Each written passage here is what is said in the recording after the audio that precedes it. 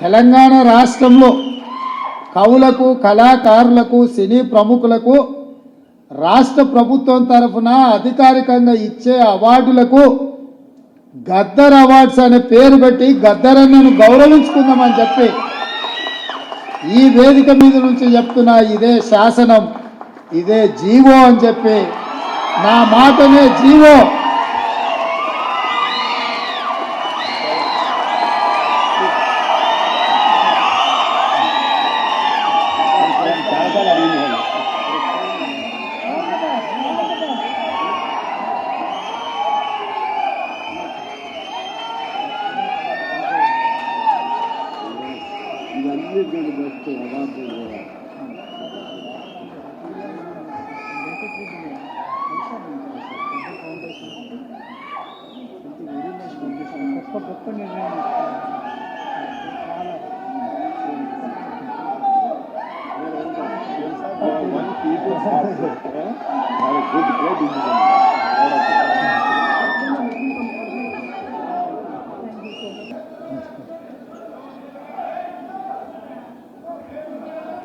వివిధ భాషలలో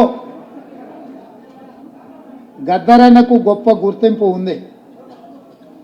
కానీ తెలంగాణ రాష్ట్రము, ఈ తెలంగాణ ప్రజలు ఎన్ని తరాలైనా గుర్తుపెట్టుకోవాలంటే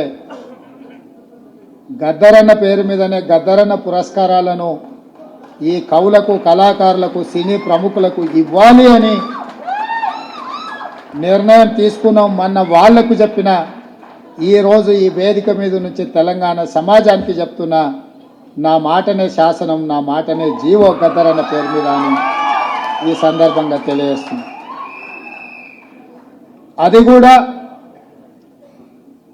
ఈ సంవత్సరం ఉగాది పండుగ చేసుకున్న వచ్చే సంవత్సరం నుంచి జనవరి 31 తారీఖు నాడు గద్దరన్న జయంతి నాడే వచ్చే సంవత్సరం నుంచి ఈ కార్యక్రమాన్ని చేయడం ద్వారా ప్రతి గద్దరన్న జయంతి నాడు ఈ పురస్కారాలను ఆ కవులకు కళాకారులకు అందించడం ద్వారా వారిని స్మరించుకునే అవకాశం తెలుగు ప్రజలకు, తెలంగాణ ప్రజలకు, ఆయన అభిమానులకు అందరికీ కూడా ఉండాలన్న ఆలోచనతోనే ఈ నిర్ణయం ఇక్కడ ప్రకటిస్తున్నా.